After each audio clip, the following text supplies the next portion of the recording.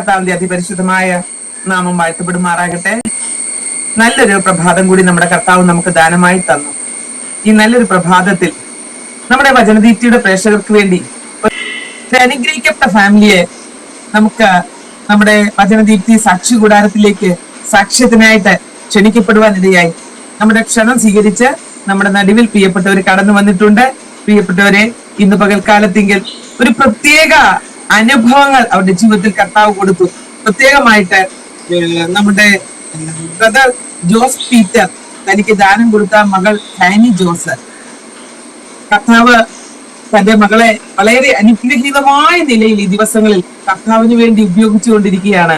കർത്താവിന്റെ നാമത്തിന്റെ മഹത്വത്തിന് വേണ്ടി പൈതൽ ഉപയോഗിക്കപ്പെട്ടുകൊണ്ടിരിക്കുന്നു. നമുക്ക് ഇന്ന് പകൽക്കാലം വളരെ അഭിമാനമുണ്ട് ഈ ഒരു മോളെയും നമ്മുടെ ചാനലിലേക്ക് ലഭിക്കാൻ തക്കവണ്ണം ഇടയായതില്. അതുകൊണ്ട് ഞാൻ കർത്താവിനെ സ്തോത്രം ചെയ്യുന്നു. പ്രിയപ്പെട്ടവരെല്ലാവരും ഈ വീഡിയോ കാണുന്ന പ്രിയപ്പെട്ടവർ സ്കിപ്പ് ചെയ്യാതെ കാണുകയും നിങ്ങളുടെ മക്കൾക്കും നിങ്ങളുടെ പ്രിയപ്പെട്ടവർക്കും ഒക്കെ ഇത് ഷെയർ ചെയ്ത് കൊടുക്കണം. കാരണം ഇത്ര അനുഗ്രഹീതമായ നിലയില് നിങ്ങൾക്ക് അവളുടെ സ്പെഷ്യാലിറ്റി, അവളുടെ സാക്ഷ്യം പറയുമ്പോൾ കേൾക്കുവാൻ ഇടയാകും. ഞാന് ആമുഖത്തിൽ ഒന്നും പറയുവാൻ ആഗ്രഹിക്കുന്നില്ല എങ്കിലും എനിക്ക് ഭയങ്കര സന്തോഷമുണ്ട്. മോളുടെ ജീവിതത്തിൽ ഞാൻ പറയട്ടെ, മോള് ബ്ലൈൻഡ് ആണ്. അവൾക്ക് ബ്ലൈൻഡ് ആണെങ്കിൽ പോലും കർത്താവ് കൊടുത്തിരിക്കുന്ന താലന്തുകൾ ഭയങ്കരമാണ്. ഇന്ന് മധ്യകാലത്തിന്റെ ദൈവകൃപ കുഞ്ഞിലൂടെ വെളിപ്പെട്ടുകൊണ്ടിരിക്കുകയാണ്. ദൈവസഭയ്ക്കും ദേശത്തിനും ഒക്കെ കുടുംബത്തിനും മാതാപിതാക്കൾക്കും സഹോദരങ്ങൾക്കും ഒക്കെ വളരെ അനുഗ്രഹം മാറിക്കൊണ്ടിരിക്കുകയാണ്. തീർച്ചയായിട്ടും നമുക്കും ഇന്ന് പകൽക്കാലം നമ്മുടെ നടുവിലേക്ക് അവൾ കടന്നു വന്നത് ഒരു അനുഗ്രഹത്തിന് കാരണമാണ്. ആകയാൽ നമുക്ക് ഒരുമിച്ച് ചേർന്ന് ഇന്ന് പകൽക്കാലത്തെങ്കിൽ ആ ഫാമിലിയെ നമുക്ക് വെൽക്കം ചെയ്യാം. കർത്താവിന്റെ ദാസൻ ജോസ് പീറ്റർ, മോൾ ഫാനി ജോസ്, കർത്താവിന്റെ ദാസി കുഞ്ഞുമോൾ ജോസ്, 3 പേർക്കായിട്ടും ഞാൻ കർത്താവിന് സ്തോത്രം ചെയ്യുന്നു. 3 പേരും ചേർന്ന് ഒരുമിച്ച് ഇന്ന് നമ്മളോടൊത്ത് കർത്താവിനെ സാക്ഷീകരിക്കാനായിട്ട് കടന്നു വന്നിരിക്കുകയാണ്. 3 പേർക്കും 3 തലങ്ങളിലാണ് സാക്ഷ്യങ്ങൾ. എന്നാൽ അവർ ഒരുമിച്ച് ചേർന്ന് ഇന്ന് നമ്മളോട് അവരുടെ സാക്ഷ്യങ്ങൾ പങ്കുവെക്കും. അതിനായിട്ട് ഞാൻ ഈ ഫാമിലിയെ കർത്തൃനാമത്തിൽ സ്വാഗതം ചെയ്യുന്നു. മോളെ ഫാനിയോടായിട്ട് ഞാൻ ചോദിക്കുകയാണ്, മോൾക്ക് എത്ര നാളായിട്ടാണ് ഈ കണ്ണിന്റെ പ്രയാസം ഉണ്ടായിട്ട്? കാഴ്ചയില്ല, ജന്മനാ കാഴ്ചയില്ലാത്ത ആളാണ്. മോളെ, ഞാൻ സ്പെക്സ് വെച്ചാല് എനിക്ക് ലക്ഷങ്ങളിൽ ഒരാൾക്ക് ലഭിക്കുന്ന കാഴ്ചയാണ്. ഞാനും ശരിക്കും എന്നെയും അന്ധരുടെ കൂട്ടത്തിലാണ് ഡോക്ടേഴ്സ് എണ്ണിയിരിക്കുന്നത്. പക്ഷെ സ്പെക്സ് വെച്ചാൽ എനിക്ക് ലക്ഷത്തിൽ ഒരാൾക്ക് കാഴ്ച ലഭിക്കുന്നത് പോലെ കാഴ്ച എനിക്ക് അല്പം ബുദ്ധിമുട്ടുണ്ട് കാണാനെങ്കിലും കൃപയാൽ എന്നെയും കർത്താവ് നടത്തുന്നു. സ്പെക്സ് വെച്ചിട്ടാണ് ഞാൻ കാണുന്നത്. അത്ര ഒരു ഡോക്ടർ എന്നോട് പറഞ്ഞു ലക്കിയാന്ന് പറഞ്ഞു. കൃപയാൽ ഞാൻ പറയട്ടെ, തിമായുടെ മകനായ ഭർത്തിമായി നിലവിളിച്ചപ്പോൾ അവന്റെ നിലവിളിക്ക് മുമ്പിൽ ഇറങ്ങി വന്ന കർത്താവ് അവന്റെ ആഗ്രഹത്തെ സാധിപ്പിച്ചുവെങ്കിൽ നമ്മുടെ പുറമേയുള്ള കണ്ണല്ല, നമ്മുടെ അക്കമേയുള്ള കണ്ണുകൾ തുറന്നാൽ നമ്മുടെ കർത്താവിനെ നമുക്ക് സാക്ഷിക്കുവാനും നമ്മുടെ കർത്താവിനെ അനുഭവിച്ചറിയുവാനും ഇടയാകും. അതുകൊണ്ട് കർത്താവിന് സ്തോത്രം ചെയ്യുന്നു. കൃപയാൽ ഈ അനുഗ്രഹീത നിമിഷത്തിനായിട്ട് ഞാൻ സ്തോത്രം ചെയ്യുക. മോൾക്ക് ഒത്തിരി താലന്തുകളൊക്കെ ഉണ്ടല്ലോ. മോൾ അനേക ഇടങ്ങളിൽ പാടുന്നതൊക്കെ കേൾക്കുവാൻ തക്കവണ്ണം ഇടയായിട്ടുണ്ട്. ആദ്യം മോളുടെ ഒരു പാട്ട് പാടിയിട്ട് മോളുടെ ടെസ്റ്റിമണിയിലേക്ക് പ്രവേശിക്കാം. മോള് അതിനായിട്ട് റെഡി അല്ലേ? റെഡിയാണ്. ഓക്കെ മോളെ, എന്നാ നമുക്ക് സ്റ്റാർട്ട് ചെയ്യാം. നമ്മുടെ പ്രേക്ഷകർ നിങ്ങളുടെ സാക്ഷ്യത്തിനായിട്ട്, നിങ്ങളുടെ മോളുടെ പാട്ടിനായിട്ടൊക്കെ വളരെ ആകാംക്ഷയോടെ കാത്തിരിക്കുകയാണ്. അതുകൊണ്ട് മോള് കർത്താവിന്റെ നാമത്തിൽ പാട്ടും സാക്ഷ്യവും ഒക്കെ തുടർന്നാട്ടെ.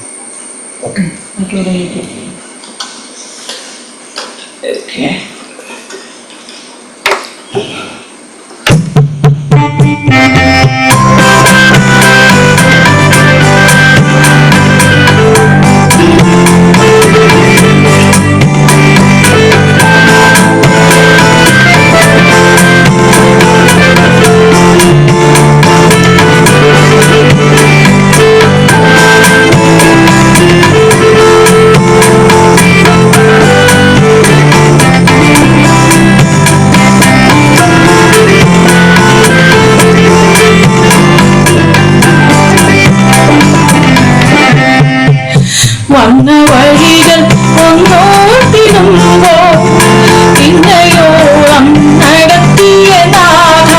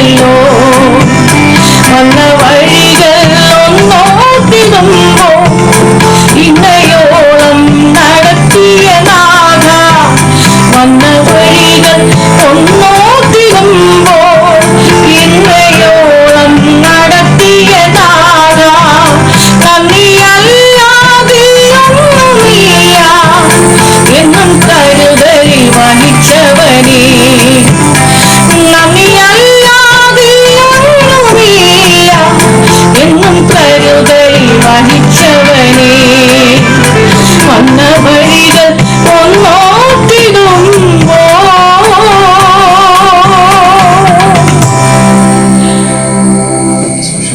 അനുഗ്രഹീതമായ ഈ നല്ല പകൽ സമയത്തിനായി കർത്താവിനെ തുതിക്കുന്നു, സ്തോത്രം ചെയ്യുന്നു. വചനദീപ്തിയെ സാക്ഷ്യ കൂടാതെ പരമ്പരയിൽ ഒന്നിച്ച് കർത്താവിനെ സാക്ഷീകരിക്കുവാൻ, കർത്താവിനെ മഹത്വപ്പെടുത്തുവാൻ, ദൈവനാമത്തെ വാഴ്ത്തുവാൻ സർവകൃപാലുമായ ദൈവം എന്റെ ജീവിതത്തിൽ ഒരുക്കിയ ഈ വിലപ്പെട്ട അവകാശത്തിനായി ദൈവത്തെ തുതിക്കുന്നു. പഴയതുപോലെ തന്നെ വന്ന വഴികൾ ഒന്ന് ഓർക്കുമ്പോൾ ഇതുവരെയും നടത്തിയ ദൈവം ഇനിയും നടത്തുവാൻ കർത്താവ് വിശ്വസ്തനാണ്. ആമേൻ, ഹല്ലേലൂയ. നമ്മുടെ യോഗ്യതകളോ വേറെ ഒന്നുമല്ല, നാം ഇതുവരെയും വന്നത് ദൈവത്തിന്റെ വലിയ കൃപയെന്ന് മാത്രമേ പറയുവാനുള്ളൂ. ഹല്ലേലൂയ. ആമേൻ. ഞാൻ ജനിച്ചപ്പോൾ കാഴ്ചയില്ല. ജനിച്ച് 2-3 മണിക്കൂറിനുള്ളിൽ കണ്ണിന് ഓപ്പറേഷൻ ചെയ്തിരുന്നു എങ്കിൽ കാഴ്ച ലഭിക്കുമായിരുന്നു എന്ന് പിന്നീട് ഡോക്ടർക്ക് പറഞ്ഞു. എങ്കിലും നിങ്ങൾക്ക് അത് ചെയ്യാൻ കഴിയില്ല. ആമേ, ഹല്ലേലൂയ.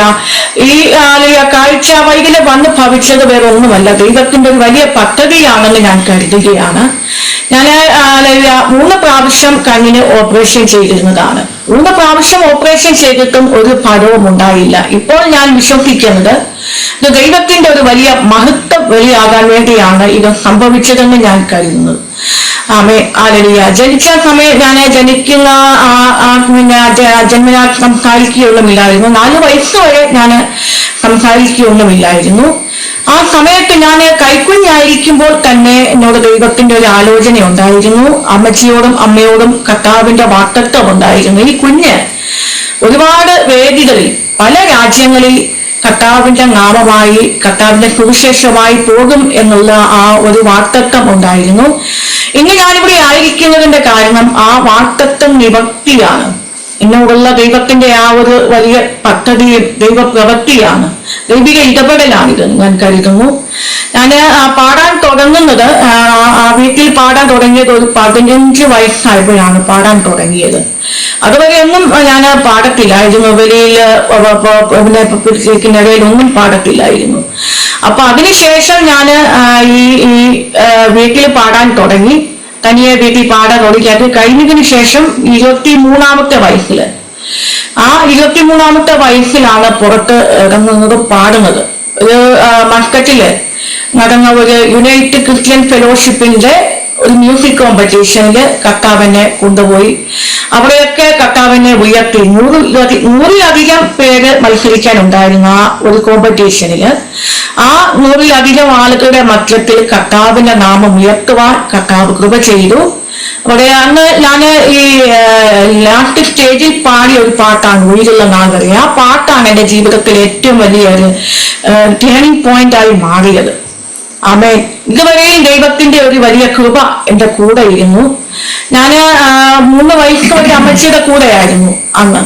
ആ 3 വയസ്സ് വരെ ഞാൻ ഈ സ്നാനം എന്താണെന്നോ, ഈ വീണ്ടും ജനനം എന്താണെന്നോ, പരിശുദ്ധാത്മ സ്നാനം എന്താണെന്നൊന്നും അറിഞ്ഞിട്ടില്ല. അത് കഴിഞ്ഞ് എന്റെ ആ സമയം ഞാൻ 3 വയസ്സ് വരെ അമ്മച്ചിയുടെ കൂടെ ആയിരുന്നത് മാത്രമല്ല, പപ്പായും മമ്മിയും അന്ന് വിശ്വാസത്തിലേക്ക് വന്നിട്ടില്ലായിരുന്നു. 8-ാമത്തെ വയസ്സായപ്പോഴാണ് എന്റെ പേരൻസ് വിശ്വാസത്തിലേക്ക് വരുന്നത്. ഈ കർത്താവിനെ രക്ഷിതാവായി സ്വീകരിക്കുവാനുള്ള ഭാഗ്യം കർത്താവ് തന്നു. ആ 8-ാമത്തെ വയസ്സായപ്പോൾ നാട്ടിൽ വന്ന് ഞാൻ കാഞ്ഞിരപ്പള്ളിയിലുള്ള ബ്ലൈൻഡ് സ്കൂളില് ചേർന്നു. അവിടെ 7-ാം ക്ലാസ് വരെ ഞാൻ പഠിച്ചിരുന്നുള്ളൂ. തുടർന്നും പിന്നീട് എനിക്ക് പഠിക്കുവാൻ കഴിഞ്ഞില്ല. അത് കഴിഞ്ഞ് പിന്നെ എന്നെ മസ്കറ്റിലേക്ക് കൊണ്ടുപോയി. പപ്പയുടെ മമ്മിയുടെ കൂടെ കുറച്ചു നാൾ അവിടെ ആയിരുന്നു. അപ്പൊ അവിടെ വെച്ച് കർത്താവിന്റെ ഒരു കൃപ എന്റെ മേൽ പകർന്നു. കോമ്പറ്റീഷൻ വേദികളിൽ മാത്രമല്ല, ആ ഒരു സ്റ്റേജില് ഞാൻ ആ ഒരു മത്സരത്തിന് ജയിച്ചതിന് ശേഷം, ആ അതിലെത്തിയതിന് ശേഷമാണ് എന്റെ സിസ്റ്റർ എനിക്കൊരു കീബോർഡ് മേടിച്ചു തന്നത്. അപ്പൊ ആ കീബോർഡിന്റെ ക്ലാസ്സിനൊന്ന് പോവാനോ പഠിക്കാനോ അതിനൊന്നും സാധിച്ചില്ല. അവിടെ ആഗ്രഹമുള്ള സാഹചര്യങ്ങളൊന്നും അവിടെ ഇല്ലായിരുന്നു. അപ്പം ദൈവത്തിന്റെ ഒരു വലിയ കൃപയാല് ദൈവം തന്നിരിക്കുന്ന ആ ഒരു കൃപയിലാണ് ഞാൻ ഈ കീബോർഡ് ചെയ്യുവാനും കർത്താവിന്റെ നാമത്തിന് വേണ്ടി ചെയ്യുവാനൊക്കെ കൃപ തന്നു, ദൈവം ഭാഗ്യം തന്നു. അങ്ങനെ ടാലന്റ് ടെസ്റ്റില്, അതായത് യൂത്തിന്റെ ഒരു ടാലന്റ് ടെസ്റ്റില് കഴിഞ്ഞ 2 പ്രാവശ്യം കീബോർഡിന്റെ കോമ്പറ്റീഷനിൽ പോകുവാനൊക്കെ ദൈവം കൃപ ചെയ്തു. അവിടെ സ്റ്റേറ്റ് ലെവൽ വരെ കർത്താവിനെ എത്തിച്ചു.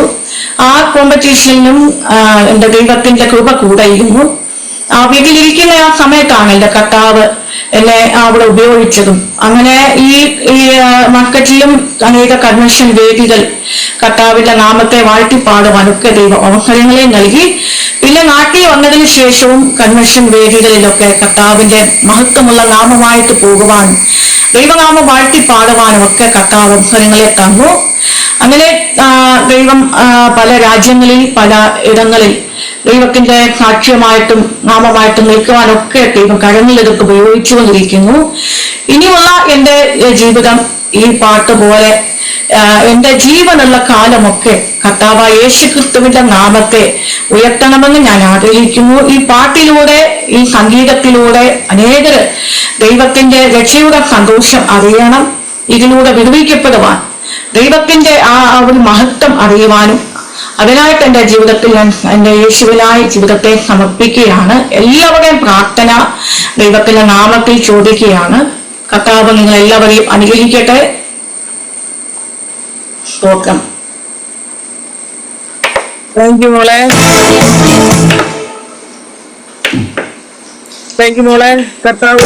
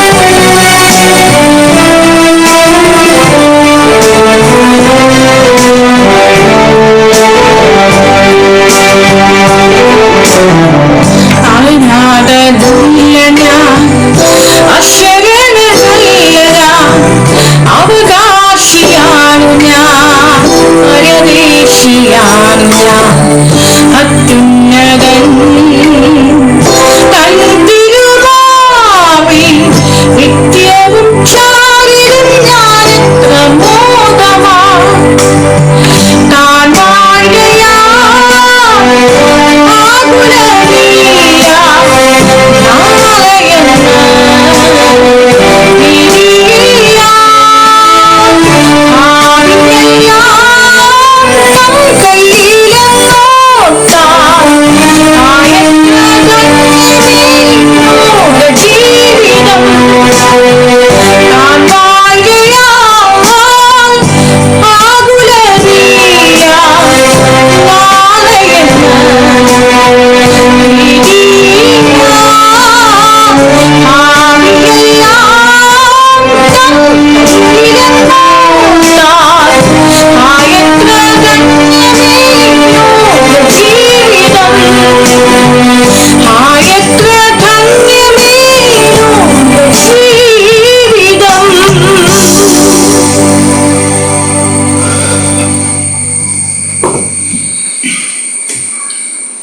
Praise the Lord.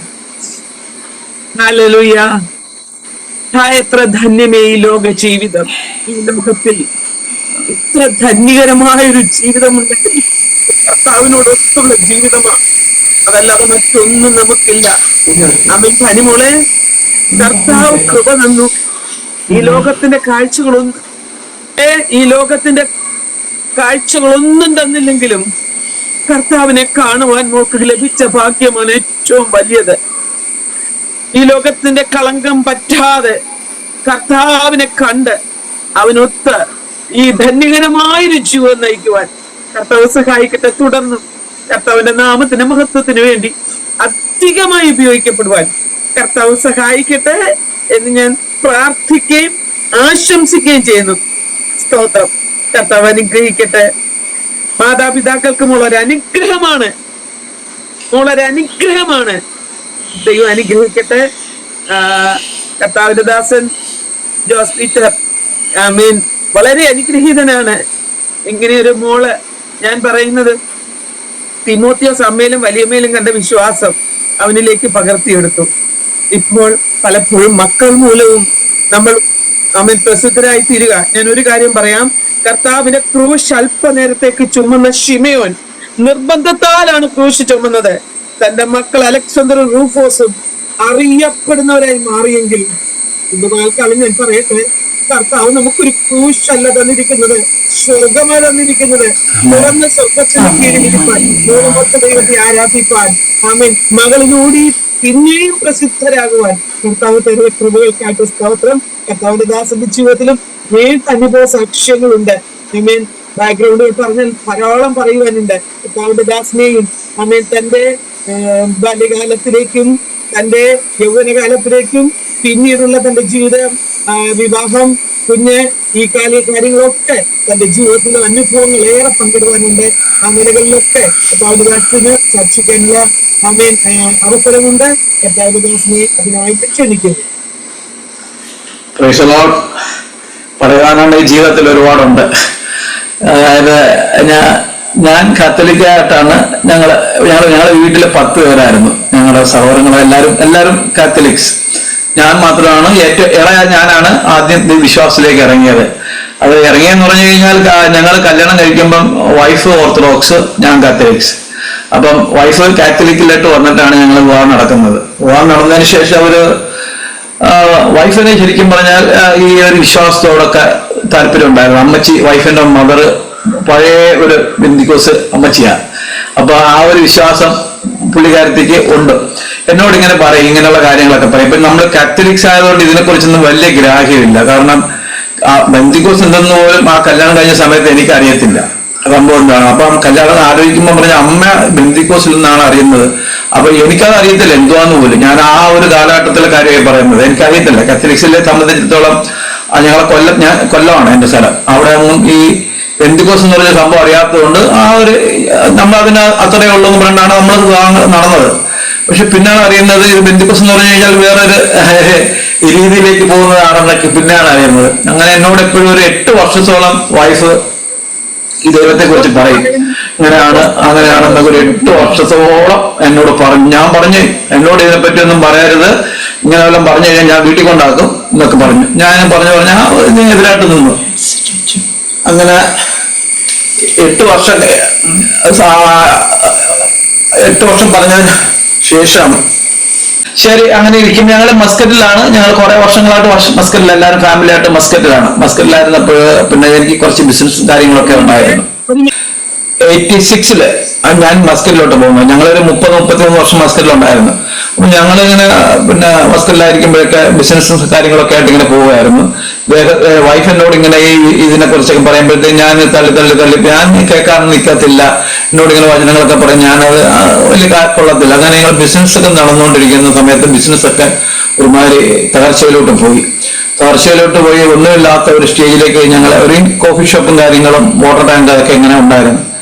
അങ്ങനെ തകർച്ചയിലിട്ടു. അപ്പൊ ഞങ്ങളുടെ കോഫി ഷോപ്പ് ഇങ്ങനെ ഒരു തകർന്ന അവസ്ഥയിൽ പോകുന്ന സമയത്ത് ഒരു ദേവദാസൻ വന്നിട്ട് അവിടെ വന്ന് ഇടയ്ക്കൊക്കെ ഒന്ന് കയറുമായിരുന്നു. കയറിയിട്ട് ഇതിനെ കുറിച്ചൊക്കെ പറയും, മോളുടെ കാര്യമൊക്കെ. അപ്പൊ അങ്ങനെ ഉള്ളതുകൊണ്ട് നിങ്ങൾ ഒരു ദിവസം പ്രാർത്ഥനയ്ക്ക് വാ, മോക്ക് വലിയൊരു വിടുതലുണ്ടാകും. അപ്പൊ ഇങ്ങനെ വൈഫ് പറഞ്ഞു നമുക്കൊന്ന് പോയി നോക്കാം, അങ്ങനെ ഒരു പ്രാർത്ഥനയ്ക്കൊന്ന് പോയി നോക്കാന്ന് പറഞ്ഞു. അങ്ങനെ ഇരുന്നപ്പം അവിടെ ഒരു ദേവദാസൻ വരുന്നുണ്ട്, നിങ്ങൾ നാളെ ഒരു ദിവസം പറഞ്ഞു. ഞാൻ പറഞ്ഞു ഒറ്റ ദിവസത്തേക്ക് ഞാൻ വരും. ഒറ്റ ദിവസത്തേക്ക് വന്നിട്ട് അപ്പൊ ഞങ്ങൾ വിചാരം എന്ന് പറയാം, അന്ന് അവിടെ പോയി കഴിഞ്ഞാൽ മൂക്ക് കാഴ്ച കിട്ടും എന്നുള്ളൊരു വിശ്വാസത്തിന്റെ പുറത്താണ് ഞാനീ പോകാൻ സമ്മതിച്ചത്.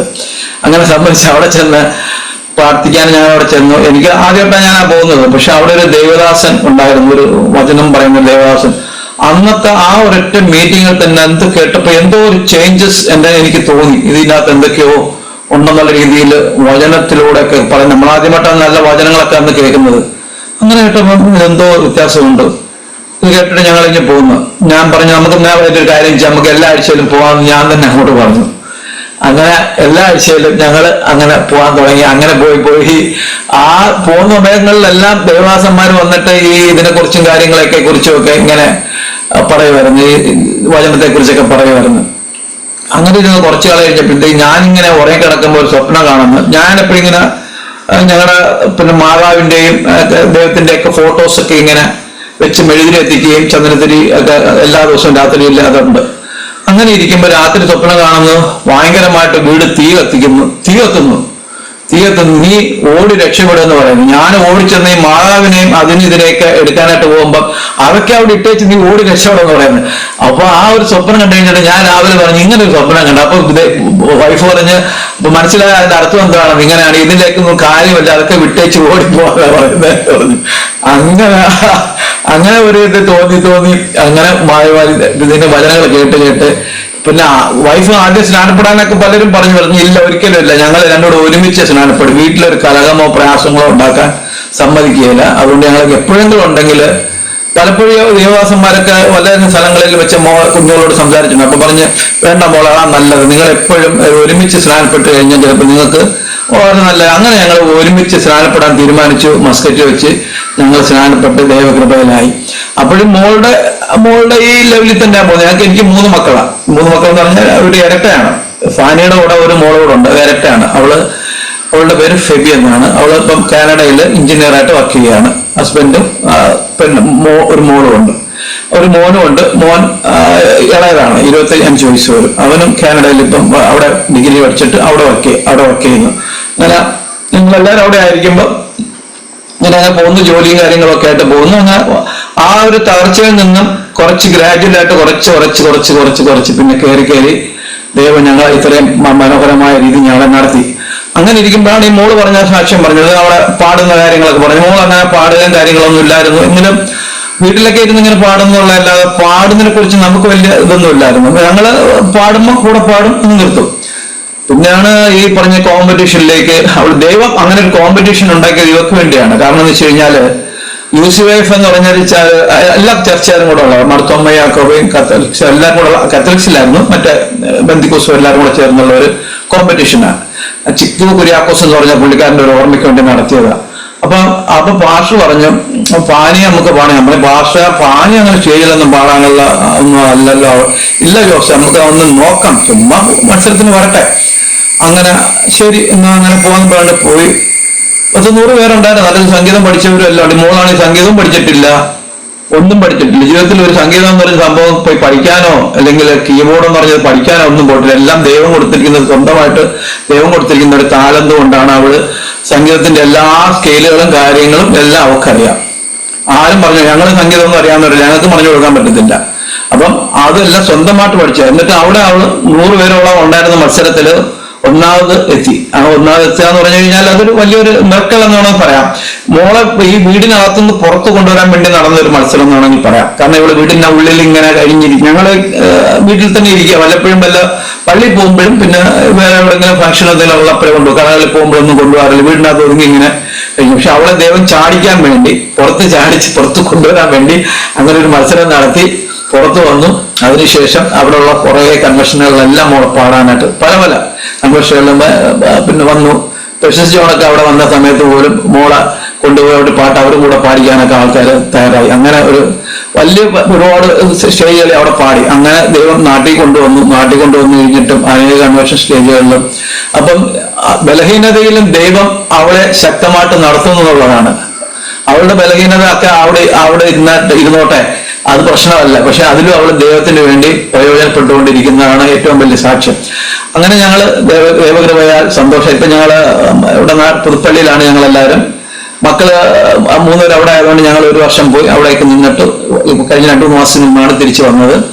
എല്ലാം ദൈവം അനുഗ്രഹത്തോടെ വഴി നടത്തുന്നു. ഞങ്ങൾക്ക് പറയാൻ 2 മക്കളും എല്ലാവരും അവർ നല്ല വിദ്യാഭ്യാസം കൊടുത്തു. പക്ഷെ എന്റെ അനുഗ്രഹിക്കപ്പെട്ട മകളാണ് ഇവള്. കാരണം എന്ന് വെച്ച് കഴിഞ്ഞാൽ ദൈവവേലയിൽ കൂടുതൽ വലിയ വേലയില്ല. ഇപ്പൊ ഞങ്ങൾ അറിയപ്പെടുന്നത് ഫാനിയുടെ പപ്പ, ഫാനിയുടെ മമ്മി എന്നൊക്കെയാണ്. ഞങ്ങളുടെ പേര് അവിടെ ആർക്കും അറിയത്തില്ല. പക്ഷെ ഇപ്പൊ അറിയപ്പെടുന്നത് അതാ പറഞ്ഞ ദൈവം ഒരാളെ മാനിച്ചു കഴിഞ്ഞാല് ആ പേര് മാറും എന്നുള്ളതാണ്. അങ്ങനെ ഞങ്ങൾ അനുഗ്രഹത്തോടെ നടന്നു പോകുന്നു. ഈ ഒരു കൂട്ടായ്മയിലേക്ക് സാക്ഷ്യം പറയാനാണെന്നുണ്ടെങ്കിൽ ഒരുപാട് കാര്യങ്ങളുണ്ട്. എന്നാലും ഈ ഒരു കൂട്ടായ്മയിലേക്ക് ഇങ്ങനെ ഒരു അവസരം ഒരുക്കി തന്ന ദൈവത്തിന് നന്ദി പറയുന്നു. അതില് മോളാണ് അതിന്റെ മെയിനായിട്ട് പാടുകയൊക്കെ ചെയ്യുന്നത്.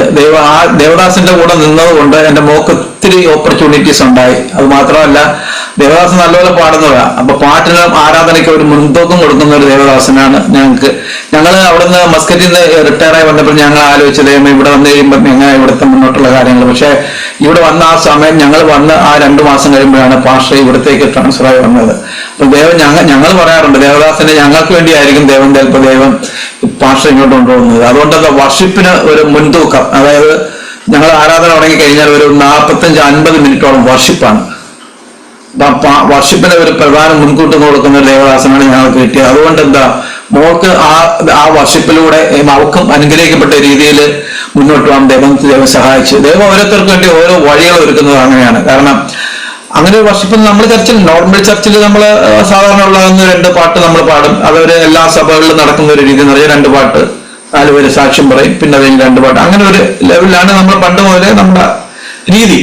പക്ഷെ ദൈവവാസം നിന്നപ്പോഴത്തേക്ക് അതിന് മൊത്തത്തിൽ ഒരു മാറ്റമാണ് ഉണ്ടായത്. കാരണം വർഷിപ്പിന് ഒരു മുൻതൂക്കം അത് ഒരു നല്ല ഇതായിട്ടാണ് തോന്നുന്നത്. പാർശ്വം നല്ലപോലെ പാടും, മോക്കും നല്ലൊരു അവസരങ്ങൾ കിട്ടി. അതുകൊണ്ട് അതിലൂടെ അനേകടങ്ങളിൽ അവർക്ക് പാടുവാനുള്ള അവസരങ്ങൾ ആ ഒരു വഴികളിലൂടെ തന്നെ വന്നു. ഇപ്പൊ തന്നെ ചാനലിലാണെങ്കിൽ തന്നെ RS TVയിലും ഈ ചാനലിലെല്ലാം ഈ ആരാധന പോകുന്നുണ്ട്, ലൈവായിട്ട് പോകുന്നുണ്ട്. അപ്പൊ അത് എല്ലാ രാജ്യങ്ങളിലും മോള് പറഞ്ഞു എന്റെ ശബ്ദം എല്ലാ രാജ്യങ്ങളിലും പോകണമെന്ന് പറയുന്നത് നമുക്ക് അവിടെ രാജ്യങ്ങളിൽ പോകാൻ പറ്റിയില്ലെങ്കിൽ ആ ശബ്ദം എല്ലാ രാജ്യങ്ങളിലേക്കും പോകുന്നുണ്ട്. ദൈവം പറഞ്ഞ വാഗ്ദത്തം അതാണ് നടന്നത്. അവർക്കിപ്പോ എല്ലാ രാജ്യങ്ങളിലും ഒറ്റയ്ക്ക് സഞ്ചരിക്കാനോ പറ്റത്തില്ല. പോകണമെങ്കിൽ ഞങ്ങൾ 3 പേരും കൂടെ പോകണം. അപ്പൊ ദൈവം അതിനൊരു അവസരങ്ങൾ വേറെ വഴിയിൽ ദൈവം അതിനൊരു മീഡിയ ഉണ്ടാക്കി ആ സൗണ്ടുകൾ എല്ലാ രാജ്യങ്ങളിലും ചെല്ലുമെന്ന് പറഞ്ഞ വാഗ്ദത്തം ഒരിക്കലും പറഞ്ഞ വാക്ക് മാറത്തില്ല. പറഞ്ഞ പോലെ നടക്കുന്നുണ്ട്. എല്ലാ രാജ്യങ്ങളിലും അത് പോകുന്നുണ്ട്. അതൊക്കെ ദൈവത്തിന്റെ ഒരു പ്ലാൻ പദ്ധതി എന്നൊക്കെ പറഞ്ഞു കഴിഞ്ഞാൽ അതാണ് നമ്മൾ ഉദ്ദേശിക്കുന്നത്. നമ്മൾ ചിന്തിക്കാനൊക്കെ അപ്പുറത്താണ് ദൈവത്തിന്റെ പ്ലാൻ പദ്ധതി. ആ പ്ലാൻ പദ്ധതിയിലൊക്കെ ദൈവം വഴി നടത്തുന്നു. ഇനിയും അവളുടെ മോളുടെ ആഗ്രഹം ഇതാണ്, ഇനി ജീവനുള്ള കാലത്തോളം ദൈവത്തിന് വേണ്ടി പാടുക എന്നുള്ളതാണ്. ഞങ്ങളൊരു ഭാരവും പ്രയാസവും ഇല്ല. മോൾക്ക് ഞങ്ങളുടെ ഭാവി കഴിഞ്ഞിട്ട് ഞങ്ങളുടെ കാലം കഴിഞ്ഞിട്ട് എന്താണെന്നുള്ളതിനെ കുറിച്ച് ഒരു പ്രയാസം ഞങ്ങൾക്കില്ല. ഇത്രയും നടത്തിയ ദൈവം അതിന് ഒരു പ്ലാൻ ദൈവം ചെയ്തു വെച്ചിട്ടുണ്ട്. ആ പ്ലാനിലൂടെ പോകും. അതുകൊണ്ട് ഒരു പ്രയാസവും ഇല്ല, ഒരു സങ്കടവും ഇല്ല, ഒരു പ്രയാസം. പക്ഷെ ഞങ്ങൾ ഈ വിശ്വാസത്തിലേക്ക് വന്നില്ലായിരുന്നെങ്കിൽ ഞങ്ങൾ എന്നും ദുഃഖിച്ച് ഞങ്ങളുടെ ജീവിതം അങ്ങനെ തന്നെ അങ്ങ് തീർന്നേനെ. ഇപ്പൊ ഒരു ആശ്രയം ഉള്ളതുകൊണ്ട് മാത്രമാണ് നമ്മളിപ്പം ഇങ്ങനെ പോകുന്നത്. പിന്നെ ബാക്കിയുള്ള കാര്യങ്ങളൊക്കെ വൈഫ് പറയും. വൈഫിനോട് പറയാൻ കുറച്ചുണ്ടല്ലോ. കർത്താവിന്റെ മഹത്വം കാണാൻ ദൈവം ഇടയാക്കി. ഞാൻ എപ്പോഴും പറയുന്ന ഒരു കാര്യമുണ്ട്, നമ്മളെ കർത്താവ് ലോക സ്ഥാപനത്തിന് മുൻപേ കണ്ടതാണ്. ആ അനുഗ്രഹീതമായ നിലയിൽ എല്ലായിടത്തും എത്തിക്കുക എന്നുള്ളത് കർത്താവിന്റെ ഉദ്ദേശ്യമാണ്. അപ്പൊ മോളെ ലോക രാജ്യങ്ങളിൽ എത്തിക്കുക എന്നുള്ളത് കർത്താവിന്റെ പ്ലാനിങ് ആയിരുന്നു. അപ്പൊ വാഗ്ദത്ത സന്തതിയാണ്. അപ്പൊ ആ വാഗ്ദത്ത സന്തതിയുടെ മേൽ കിടക്കുന്ന വാഗ്ദത്തത്തെ ഇല്ലാതാക്കാൻ പിശാച് അഹോരാത്രം പരിശ്രമിച്ചാലും അവൻ കാൽവറിയിൽ മരണത്തെ ജയിച്ചുയർത്തെഴുന്നേറ്റ് യേശു കർത്താവ് നമുക്ക് വേണ്ടി ഇന്നും ജീവിക്കുക. അവന്റെ വാഗ്ദത്തത്തിന് ഒരു മാറ്റവുമില്ല. അതുകൊണ്ട് അവന്റെ വാഗ്ദത്തം നിവർത്തിക്കും. അപ്പൊ അനുമോള് ഒരു പാട്ട് കൂടി പാടും. കർത്താവിന് സ്തോത്രം ചെയ്തുകൊണ്ട് ധാരാളമായിട്ട് അനുഗ്രഹിച്ചിട്ട് പാട്ട് കൂടിയാട്ടെ.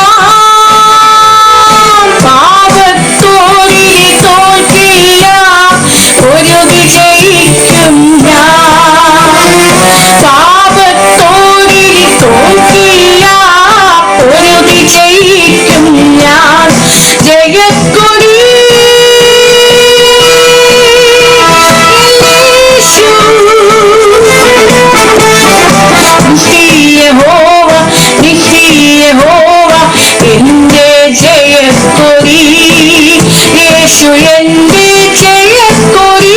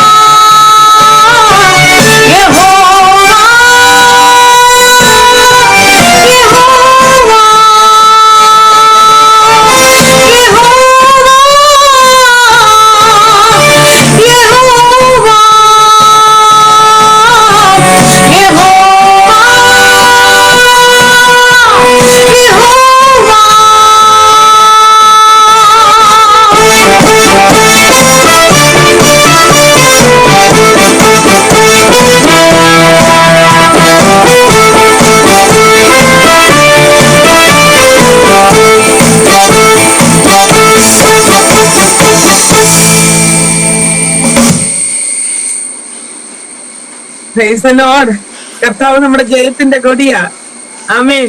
ഇത് അന്ത്യം വരെയും ഇത് പാടിക്കണം. കർത്താവിന്റെ കൃപ. ഹല്ലേലൂയ. കർത്താവിന്റെ ദാസിയെ ആമേൻ മോളെ കർത്താവ് ധാരാളമായിട്ട് അനുഗ്രഹിക്കട്ടെ. മാതാവിന് സമയം കൊടുക്കുകയാണ്. ആമേൻ. എനിക്ക് ഒത്തിരി കാര്യങ്ങൾ പറയാനുണ്ട്, പക്ഷെങ്കിൽ സ്തോത്രം എവിടെ പറയണം എന്ത് പറയണം എന്ന് അറിയത്തില്ല. അതുപോലെ ഇത്ര അനുഗ്രഹീതമായ നിലയിൽ കർത്താവ് ഉപയോഗിക്കുന്നല്ലോ. കർത്താവിന് ഞാൻ സ്തോത്രം ചെയ്യാണ്. ഫാനിയുടെ മാതാവിന് മോളുടെ ഫാനിയുടെ മമ്മിക്ക് സമയം കൊടുക്കുകയാണ്. മമ്മി അല്പസമയം തന്റെ ജീവിതത്തിന്റെ അനുഭവങ്ങളെ പങ്കുവെച്ചാട്ടെ. സ്തോത്രം. ദൈവനാമത്തിന് മഹത്വം ഉണ്ടായിരിക്കട്ടെ. സിസ്റ്റർ പറഞ്ഞ പോലെ തന്നെ ദൈവം അവളെ ഭൂമിയിലേക്ക് വരുന്നതിന് മുമ്പേ തന്നെ അവളെ പറ്റി ഒരു പ്ലാനും പദ്ധതിയൊക്കെ ദൈവം ഉണ്ടാക്കിയിരിക്കുകയായിരുന്നു. അതിനാൽ തന്നെ ആ ഡെലിവറി ടൈമിൽ ഒരുപാട് പ്രശ്നങ്ങളൊക്കെ ഉണ്ടായി. 7.5 മാസമായപ്പോൾ ഡെലിവറി നടന്നു. പ്രീമച്ചുറായിരുന്നു. അങ്ങനെ കുറച്ച് ഇൻക്യുബേറ്ററിലൊക്കെ വെച്ചു. പിന്നെ അങ്ങനെ ഹോസ്പിറ്റലിൽ തന്നെ ഏകദേശം ഒരു 22 ദിവസം കിടന്ന് അവിടെ നിന്നാണ് പിന്നെ വീട്ടിലേക്ക് വന്നത്. അപ്പോ തന്നെ ശരിക്കും പറഞ്ഞ ഡോക്ടർ പീഡിയാട്രീഷ്യൻ മനസ്സിലാക്കിയതാ കണ്ണിന് പ്രശ്നം ഉണ്ടെന്നുള്ള കാര്യം. അവര് കേസ് ഷീറ്റിൽ അത് എഴുതിയിട്ടും ഉണ്ടായിരുന്നു. എന്നിട്ടും നമ്മുടെ അടുത്ത് പറഞ്ഞില്ല, ഹോസ്പിറ്റലിൽ വേറെ എവിടെയെങ്കിലും കൊണ്ടുപോകണം, കണ്ണിന്റെ ഹോസ്പിറ്റലിൽ കൊണ്ടുപോയി സർജറി ചെയ്യണം എന്നൊക്കെ അവർ എഴുതി വെച്ചിട്ടുണ്ടായിരുന്നു. നമ്മുടെ അടുത്ത് പറഞ്ഞില്ല. പിന്നെ ഒരു 1.5 മാസം കഴിഞ്ഞ് എന്റെ ചെക്കപ്പിന് വേണ്ടി ചെല്ലുമ്പോഴാണ് അവർ പറയുന്നത് കൊച്ചിനെ എവിടെയെങ്കിലും കൊണ്ടുപോയോ എന്ന് ചോദിക്കുന്നത്. അപ്പോഴാണ് നമ്മൾ ഇങ്ങനെ ഒരു സംഭവം ഉണ്ടായിരുന്നു എന്നുള്ള കാര്യം അറിയുന്നത്. അപ്പൊ അത് ഒരു ജനിച്ച് 2-3 മണിക്കൂറിനകത്ത് ചെയ്യേണ്ട കാര്യമായിരുന്നു. അത് അത്രയും ദിവസങ്ങളായി പോയപ്പോഴത്തേക്ക് ഫുള്ളങ്ങ് ചെറിയ ചെറിയ ക്യാപിലറീസ് എല്ലാം അങ്ങ് റപ്ചറായി പോയെന്നാണ് പറഞ്ഞത്. എന്നിട്ടും ഞങ്ങൾ അന്ന് പറഞ്ഞ് അന്ന് തന്നെ കൊണ്ടുപോയി ഒരു ഓപ്പറേഷൻ ചെയ്തു. പിറ്റേ അടുത്ത മാസം ചെന്ന് മറ്റേ കണ്ണിനും ചെയ്തു. എല്ലാം ചെയ്തിട്ടും പിന്നെ ലാസ്റ്റ് അവർ പറഞ്ഞു. പിന്നെ ഞങ്ങൾ അരവിന്ദയിൽ കൊണ്ടുപോയി, അവിടെയും ഒരു കണ്ണിന് ചെയ്തു. എന്നിട്ട് അവർ പറഞ്ഞു ഇനിയിപ്പോൾ ഒന്നും ചെയ്തിട്ട് കാര്യമില്ല എന്ന് പറഞ്ഞു. അപ്പോൾ ദൈവത്തിന്റെ പ്ലാൻ ഇങ്ങനെ ഒക്കെ ആയിരുന്നു. ഈ ബലഹീനതയും കൊണ്ട് നീ എനിക്ക് വേണ്ടി ജീവിക്കുക എന്നുള്ളതാണ് ദൈവത്തിന്റെ. ദൈവം അവരുടെ മേലെ ദൈവത്തിന്റെ കൃപ പകർന്നു. ബലഹീനതയിൽ എൻ്റെ കൃപ നിനക്ക് മതി എന്ന് തമ്പുരാൻ അങ്ങ് തീരുമാനിച്ചു. ആദ്യമൊക്കെ നമുക്ക് ഭയങ്കര വേദനയും വിഷമമൊക്കെ ആയിരുന്നു. പിന്നീട് മോക്ക് 8 വയസ്സായപ്പോഴാണ് ഞങ്ങൾ ഈ വിശ്വാസത്തിലേക്ക് വരുന്നത്. കാര്യം പണ്ടേ എൻ്റെ ഉള്ളിൽ ഇങ്ങനെ ഉണ്ടെന്ന് പറഞ്ഞാലും എനിക്കൊന്നും കൽപ്പന അനുസരിക്കാനോ എടുക്കാനോ ഒന്നും ഉള്ള ഒരു അവസരം പിന്നെ ലഭിച്ചില്ല. അങ്ങനെ എനിക്ക് അങ്ങനെയൊക്കെ എന്താ പറയുന്ന അമ്മച്ചിക്ക് വിശ്വാസത്തിലായതുകൊണ്ട് പിന്നെ ഞങ്ങളുടെ അടുത്തുള്ളൊരു സഹോദരി ഉണ്ട്, വീട്ടിൽ വന്ന് ഇങ്ങനെ ഇടയ്ക്കിടയ്ക്ക് വചനം ആഴ്ചയിൽ ഒരു ദിവസം വീട്ടിൽ വന്നിരുന്ന് പ്രാർത്ഥിക്കുകയും എല്ലാം ചെയ്യുമായിരുന്നു. അപ്പൊ അങ്ങനെ ഞങ്ങളും വചനമൊക്കെ പഠിച്ചു. പിന്നെ യാക്കോബയിലാന്ന് പറഞ്ഞാലും ചെറുപ്പം മുതലേ അക്ഷരം വായിക്കാൻ തുടങ്ങുന്ന പ്രായം ബൈബിളാണ് നമ്മൾ വായിക്കുന്നത്. അങ്ങനെ ബൈബിള് വായിക്കും. സൺഡേ സ്കൂളിൽ മുടങ്ങാതെ സൺഡേ സ്കൂളിൽ പോകും. അങ്ങനെയൊക്കെ ദൈവിക കാര്യങ്ങളിലെല്ലാം നമ്മൾ മുൻപന്തിയിലായിരുന്നു. ആ കൂടെ ഇങ്ങനെ ഒരു വചനം പഠിക്കാനൊക്കെ അവസരം കിട്ടിയപ്പോഴത്തേക്ക് നമ്മൾ ആ സമയത്ത് ഞാൻ ഹൈസ്കൂളിൽ പഠിക്കുന്ന സമയത്ത് തന്നെ രക്ഷിക്കപ്പെടുകയും ചെയ്തതാണ്. പിന്നെ ഈ സ്നാനം എടുക്കാനൊന്നും പറ്റിയില്ല. അങ്ങനെ മുമ്പോട്ട് പോകുമായിരുന്നു. അങ്ങനെ ഇരുന്ന് കല്യാണവും കഴിഞ്ഞു. അത് കഴിഞ്ഞപ്പോഴത്തേന് ഈ പറഞ്ഞ പോലെ എനിക്ക് സ്നാനപ്പെടണം എന്നൊക്കെ പറഞ്ഞിട്ട് ഒരു രക്ഷയില്ല. അങ്ങനെ മുമ്പോട്ട് പോയി. അപ്പോൾ ഈ മോളുടെ വിഷയത്തിൽ നമുക്ക് ഒരു ദിവസം മോളെ കൊണ്ടൊന്ന് പോവാം, പ്രേയറിന് പോവാം എന്നൊക്കെ പറഞ്ഞ് അങ്ങനെ പോയി. എന്തായാലും അന്ന് ദൈവത്തിന്റെ വചനമൊക്കെ കേട്ട് പിന്നെ എൻ്റെ മനപ്രയാസം കണ്ടിട്ടാണോ എന്തോ ഒരു തീരുമാനം എടുത്തു, ആഴ്ചയിൽ ഒരു ദിവസം കൊണ്ടുപോവാം പ്രേയറിന് എന്നും പറഞ്ഞ് അങ്ങനെ ഒരു തീരുമാനം എടുത്തു. അന്ന് ഞങ്ങൾ ഗുരുത്തം പോലെ പ്രേയറിന് ഞങ്ങളെ ഒരാൾ കൂട്ടിക്കൊണ്ട് പോയ ചെന്നപ്പോ എൻ്റെ കൂടെ വർക്ക് ചെയ്ത ഒരു ഡോക്ടറാണ് അവിടെ ഉള്ളത് മെയിനായിട്ട്. അപ്പൊ ഞങ്ങൾ ഭയങ്കര പണ്ട് നല്ല കൂട്ടായിരുന്നു. അപ്പൊ ആ ഒരു ഇതും കൂടെ അതിനൊരു സഹായമായി. അങ്ങനെ വീടിനടുത്തുവാ. അപ്പോൾ പിന്നെ എല്ലാ ആഴ്ചയിലും കൊണ്ടുപോകാൻ തുടങ്ങി. എല്ലാ ആഴ്ചയിലും ഞങ്ങൾ പോകാൻ തുടങ്ങി കഴിഞ്ഞപ്പോഴത്തേക്ക് ഇവിടുന്ന് ഒരു ദേവദാസൻ അങ്ങോട്ട് വിസിറ്റിന് വന്നു. ഒരു 1-2 മാസം പുള്ളിക്കാരൻ അവിടെ ഉണ്ടായിരുന്നു. അപ്പോൾ പുള്ളിക്കാരൻ നന്നായിട്ട് വചനം പഠിപ്പിക്കുമായിരുന്നു. അവിടെ എല്ലാം നല്ല ക്ലാസ് ആയിരുന്നു. അതെല്ലാം കേട്ട് മനസ്സിലാക്കി കഴിഞ്ഞപ്പോഴത്തേക്ക് തീരുമാനിച്ചു ഇനി ഞാൻ ബൈബിള് വായിച്ച് പഠിക്കുക. അങ്ങനെ ബൈബിളെല്ലാം വായിച്ച് പഠിച്ച് പെട്ടെന്നൊന്നും ചെയ്തില്ല. എനിക്ക് ബൈബിളെല്ലാം പഠിക്കണം. പഠിച്ചിട്ട് ഇത് സത്യമാണോ കാര്യങ്ങളെല്ലാം എനിക്കൊന്ന് മനസ്സിലാക്കിയിട്ട് വേണം. അപ്പൊ അതിനു മുന്നേ ബൈബിളുമായിട്ടൊന്നും ഒരു ടച്ചില്ല. പള്ളിയിൽ പോവും, മാതാവിനോട് പ്രാർത്ഥിക്കും, അങ്ങനെയൊക്കെ ആയിരുന്നു. അങ്ങനെ എല്ലാം പഠിച്ച് ഇത് ആവശ്യമാണെന്ന് മനസ്സിലാക്കി ഞങ്ങൾ രണ്ടുപേരും കൂടെ സ്നാനപ്പെട്ടു. അപ്പൊ അതിനു മുന്നേ ഞാൻ ഇടയ്ക്ക് നാട്ടിൽ വരുമ്പോഴൊക്കെ അമ്മച്ചിയുടെ കൂടെയുള്ള ഈ വിശ്വാസികളൊക്കെ പറയുമായിരുന്നു, മോളെ നീ അങ്ങ് സ്നാനപ്പെട്ടു, അവനറിയണ്ട. എന്നിട്ട് എന്തായാലും നിനക്ക് മനസ്സല്ലേ, നീ അങ്ങ് സ്നാനപ്പെടും, അവൻ അറിയണ്ട. എന്നിട്ട് പതിയെ ദൈവം അവനെ വരുത്തിക്കോളൂ. ഞാൻ പറഞ്ഞില്ല, ചെയ്യരുതെന്ന് എന്നോട് പറഞ്ഞിരിക്കുവാ. അപ്പൊ പിന്നെ ഞാനത് അറിയാതെ ചെയ്തിട്ട് എങ്ങാനും അറിഞ്ഞു പോയാൽ പിന്നെ വീട്ടിലത് വലിയ പ്രശ്നമാവത്തില്ലേ. തന്നെയല്ലത് എന്റെ ആഗ്രഹമാണ്. അത് ദൈവം ഒരിക്കലും സാധിപ്പിക്കാതെ പോകത്തില്ല. ഞാൻ വേറെ ഒന്നുമല്ല ദൈവത്തോട് ചോദിക്കുന്നത്, എനിക്ക് എന്റെ കർത്താവിന്റെ കൽപ്പന അനുസരിക്കണം, അതാ ചോദിക്കുന്നത്. അപ്പൊ അതിന് ദൈവം അതിന് അവസരം ഒരുക്കുമ്പോൾ ഞാൻ ചെയ്തോളാം എന്ന് പറഞ്ഞിട്ട് ഞങ്ങൾ രണ്ടുപേരുടെ തീരുമാനം എടുത്ത് ആദ്യം ഇദ്ദേഹമാണ് സ്നാനത്തിന് ഇറങ്ങിയത്. അങ്ങനെ ദൈവകൃപയാല് ഞങ്ങൾക്ക് കർത്താവിന്റെ കൽപ്പന അനുസരിച്ച് ആ സന്തോഷത്തിലേക്ക് വരാനായിട്ട് സാധിച്ചു. അതിനുശേഷം ഞങ്ങൾക്ക് ഈ വിഷയം ഞങ്ങൾ പിന്നെ ഉപവസിച്ച് ഞങ്ങൾ പ്രാർത്ഥിക്കാനായിട്ടിരുന്നു. എന്താ ഈ കൊച്ചിനിങ്ങനെ വരാൻ കാര്യം, നമ്മുടെ വല്ല പാപമാണോ? അന്നേരം ഞങ്ങളോട് തിരുവചനത്തിലൂടെ തന്നെ ദൈവം സംസാരിച്ചു. ഇവനോ ഇവന്റെ അമ്മയപ്പന്മാരോ പാപം ചെയ്തിട്ടല്ല, എന്റെ നാമമഹത്വത്തിന് വേണ്ടിയിട്ടാണ് എന്നുള്ള ആ തിരുവചനത്തിൽ കൂടെ തന്നെ ഞങ്ങളോട് സംസാരിച്ചു. അന്നേരം ഞങ്ങൾക്ക് ഒന്നുകൂടെ അങ്ങ് ബലമായി. ഇത് കർത്താവ് അറിയാതെ ഒന്നുമല്ല, തമ്പുരാൻ അറിഞ്ഞിട്ട് ചെയ്തിരിക്കുന്നതാണ്. അപ്പൊ ദൈവത്തിന്റെ ഇഷ്ടം അങ്ങ് നിറവേറട്ടെ എന്ന് ഞങ്ങൾ അങ്ങ് ദൈവത്തിന് ഏൽപ്പിച്ചു കൊടുത്തു. പിന്നെ നമുക്ക് ആ ദൈവീക സമാധാനം നമ്മളെ ഇങ്ങനെ ഭരിക്കുക. അങ്ങനെ ഞങ്ങള് ദൈവഹിതത്തിന് വേണ്ടി സമർപ്പിച്ച് ഇങ്ങനെ മുമ്പോട്ട് പോകുന്നു. തമ്പുരാന്റെ ഇഷ്ടം നിറവേറട്ടെ. ഇവനോ ഇവന്റെ അമ്മയപ്പന്മാരോ ചെയ്ത പാപത്തിന്റെ ഫലമല്ല. തീർച്ചയായിട്ടും അങ്ങനെയല്ല. ഞാന് ഇത് പറയുമ്പോ ചിന്തിച്ചു പോവുമായിരുന്നു. ഞാൻ 8th സ്റ്റാൻഡേർഡിൽ പഠിക്കുന്ന സമയത്താണ് എന്റെ കണ്ണിന്റെ കാഴ്ചയുടെ കണ്ടുപിടിക്കുന്നത്. ശരിക്കും പറയാമെങ്കിൽ ഞാൻ കൊച്ചു ക്ലാസ്സുകളിൽ പഠിക്കുന്ന സമയത്ത് ഇങ്ങനെ ബോർഡിന്റെ കീഴിൽ ഇങ്ങനെ അടിയിൽ ഇങ്ങനെ സൂക്ഷിച്ചു പോയി നോക്കും. അപ്പൊ ടീച്ചേഴ്സ് എന്റെ മമ്മിയെ വിളിച്ചിട്ട് പറയും, ഇവൾക്ക് എന്തോ കണ്ണിന് പ്രയാസമുണ്ട് എന്ന് പറഞ്ഞ് ഇവളെ ഒന്ന് ഹോസ്പിറ്റലിൽ കാണിക്കണം എന്ന് പറഞ്ഞ് അന്നത്തെ കാലമല്ലേ, TV ഒക്കെ എന്റെ പപ്പയുടെ അനിയന്റെ വീട്ടിൽ TV ഉണ്ട്. ആ TVയെ നോക്കുമ്പോ എന്റെ കണ്ണ് ഇങ്ങനെ പോകും, ഇങ്ങനെ അടഞ്ഞടഞ്ഞു പോകും, എനിക്ക് കാണത്തില്ല. അപ്പൊ അങ്ങനെ കാണാതെ വന്ന് ലാസ്റ്റ് ടീച്ചേഴ്സ് ആണ് ഇത് കണ്ടുപിടിക്കുന്നത്. എനിക്കറിയില്ല, എനിക്ക് ഭയങ്കര തലവേദനയാ. എന്നെ ഹോസ്പിറ്റലിലൊക്കെ കാണിച്ചിട്ടുണ്ട്. അപ്പൊ കണ്ണ് സ്ട്രെയിൻ ചെയ്യുന്നതിന്റെ ആയിരുന്നു എനിക്ക് തലവേദന മുഴുവനും. ലാസ്റ്റ് കണ്ടുപിടിച്ച് ഡോക്ടർ സി മാത്യു ആണ് എന്റെ കണ്ണിന്റെ ഇത് കണ്ടുപിടിച്ചത്. അപ്പോ പറഞ്ഞത് ഇവള് അന്ധന്മാരുടെ ലിസ്റ്റിൽ ഇവൾക്ക് കാഴ്ച കിട്ടാൻ പ്രയാസമാണ് എന്ന് പറഞ്ഞു. നമുക്ക് സ്പെക്സ് വെച്ച് നോക്കാം, കിട്ടിയാൽ ഭാഗ്യമെന്ന് പറഞ്ഞ് അങ്ങനെയാണ് സ്പെക്സ് വെച്ച് എനിക്ക് കാഴ്ച ലഭിച്ചത്. ഇപ്പൊ എനിക്ക് ഒത്തിരി മങ്ങലാണ്. എങ്കിലും കൃപയാൽ ദൈവം നടത്തുന്നത് ദൈവത്തിന്റെ നാമത്തിന്റെ മഹത്വത്തിന് വേണ്ടിയാണ്. അപ്പം എന്റെ അപ്പനും അമ്മയും 8th സ്റ്റാൻഡേർഡിൽ അറിഞ്ഞ മോളെ ഇത് ഡെലിവറി കഴിഞ്ഞ് കുറച്ച് നാൾ കഴിഞ്ഞ്, എങ്കിലും എല്ലാത്തിനും ദൈവത്തിന് ഉദ്ദേശമുണ്ട്. അപ്പൊ എന്നെ അരവിന്ദ് ഹോസ്പിറ്റലിൽ കൊണ്ടുപോയി. അവര് പറഞ്ഞു ഒരു ഡ്രോപ്പ് പോലും ഒഴിക്കാനില്ല. പിന്നെ ഗിരിധർ എന്ന് പറഞ്ഞ ഹോസ്പിറ്റലിൽ അവിടെയും കൊണ്ട് കാണിച്ചു. അവിടെയും ഒരു പ്രയോജനവും ഇല്ല എന്ന് പറഞ്ഞു. കൃപയാല് ദൈവം ഇതുവരെയും നടത്തുന്നത്. പകൽക്കാലം ഞാൻ പറയട്ടെ, കർത്താവിന്റെ നാമത്തിന്റെ മഹത്വത്തിന് വേണ്ടിയാ കർത്താവ് എന്ത് ചെയ്താലും ചെയ്യുന്നത്. അതുകൊണ്ട് നമ്മൾ തളരേണ്ട. നമ്മളെ കർത്താവ് ഉപയോഗിക്കേണ്ടി വണ്ണം ഉപയോഗിച്ചോളും. അവന്റെ നാമത്തിന്റെ മഹത്വത്തിന് വേണ്ടി കർത്താവ് ഉപയോഗിക്കും. മോൾക്ക് പാട്ട് പാടണമെങ്കിൽ ഒരു പാട്ട് കൂടി പാടി നമുക്ക് അവസാനിപ്പിക്കാം.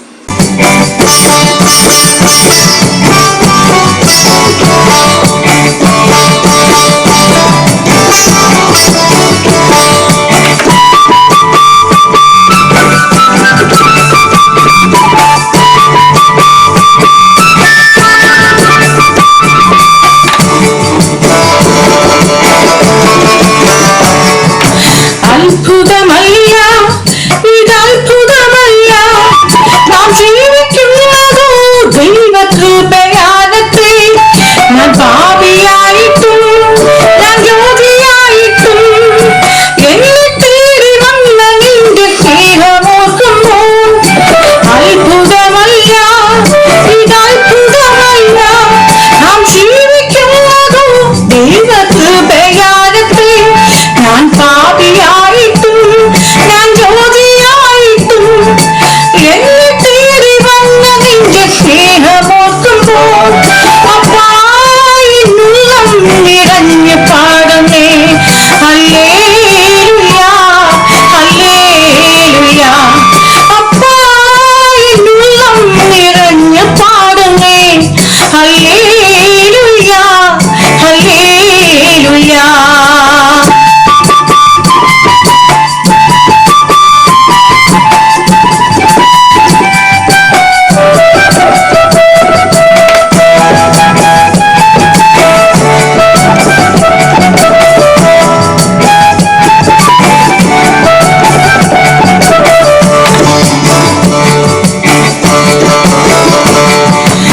എന്മണാളരി എന്റെ പൊന്നു കാന്തരി, നിൻമുഖം നേരിൽ കാണാൻ ആശയേറുന്നേ.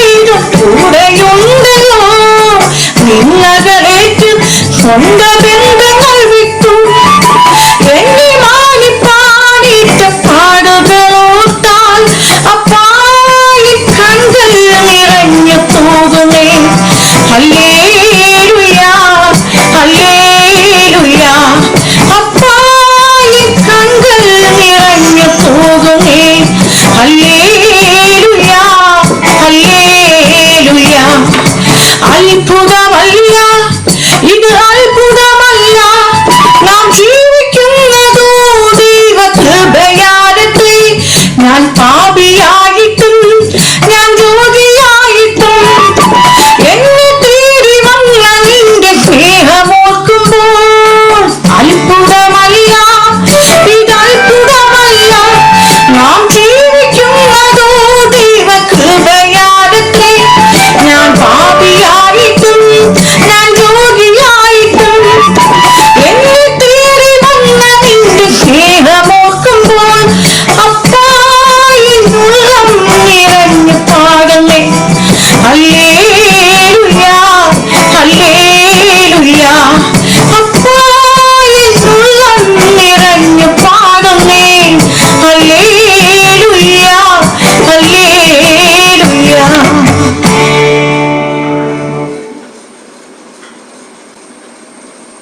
Praise the Lord. പാടിയതുപോലെ ആമേൻ, ഉള്ളം നിറഞ്ഞ് കവിയാണ്. ഈ നല്ല സമയത്തിനായിട്ട് സ്തോത്രം ചെയ്യുന്നു കർത്താവ്. ആമേൻ, അനുഗ്രഹീതമായ നിലയിൽ സാക്ഷിക്കുവാനും പാടുവാനും ഒക്കെ കുടുംബത്തെ സഹായിച്ചല്ലോ. കർത്താവും സ്വർഗദൂതന്മാരും ഇന്ന് പോലും സന്തോഷിച്ചുകൊണ്ടിരിക്കുകയാണ്. ആമേൻ. നമ്മുടെ വചനദീപ്തിയുടെ പ്രേക്ഷകരോടായി ഞാൻ പറയട്ടെ, ഈ അനുഗ്രഹീതമായ സാക്ഷ്യത്തിനായിട്ട് സ്തോത്രം ചെയ്യുമ്പോൾ ഈ കുടുംബത്തെ ഓർത്തും നിങ്ങൾ സ്തോത്രം ചെയ്യുകയും പ്രാർത്ഥിക്കുകയും ചെയ്യണം. പ്രത്യേകമായിട്ട് നമ്മുടെ ഫാനിമോളുടെ ഭാവിയെ ഓർത്തും അവരുടെ ജീവിതത്തെ ഓർത്തും അവരുടെ മാതാപിതാക്കൾക്ക് ആശങ്കയില്ല, കർത്താവ് അവരെ നടത്തുന്നു. മോളെ ഓർത്ത് നിങ്ങളുടെ പ്രാർത്ഥനയും ഞാന് ദൈവനാമത്തിൽ ചോദിക്കുകയാണ്. നമുക്ക് എല്ലാവർക്കും ഒരു നിമിഷം ചേർന്ന് ഈ കുടുംബത്തെ അനുഗ്രഹിച്ച് പ്രാർത്ഥിക്കാം. സ്വർഗ്ഗസ്ഥ പിതാവേ, നല്ല സമയത്തിനായിട്ട് സ്തോത്രം. ഞങ്ങൾ ഒരുമിച്ച് ചേർന്ന് ഞങ്ങൾ സാക്ഷിക്കുന്ന സമയം മുതൽ ഈ സമയം വരെയും ആ തുറന്ന സ്വർഗത്തിന് കീഴിലായിരിക്കാൻ ദൈവം ഇടയാക്കിയല്ലോ. കർത്താവെ, നല്ല അനുഗ്രഹീതമായ പാട്ടുകൾ നിന്റെ മകളിലൂടെ കേൾപ്പിച്ചു, അനുഗ്രഹീതമായ സാക്ഷ്യം കേൾപ്പിച്ചു. അവരുടെ മാതാപിതാക്കളിലൂടെ ദൈവം ചെയ്ത ഉപകാരങ്ങളെ വിളിച്ചു വേർതിരിച്ച വിധങ്ങളെ കർത്താവെ അവരെ വർണ്ണിപ്പാനിടയായി. കർത്താവെ, ഞങ്ങളുടെ ജീവിതത്തിൽ അങ്ങ് തന്നതല്ലാതെ ഒന്നുമില്ല. എല്ലാ കൃപയും അങ്ങയുടെ ദാനമാണ്. മക്കളെ യഹോവ തരുന്ന ദാനമാണ്.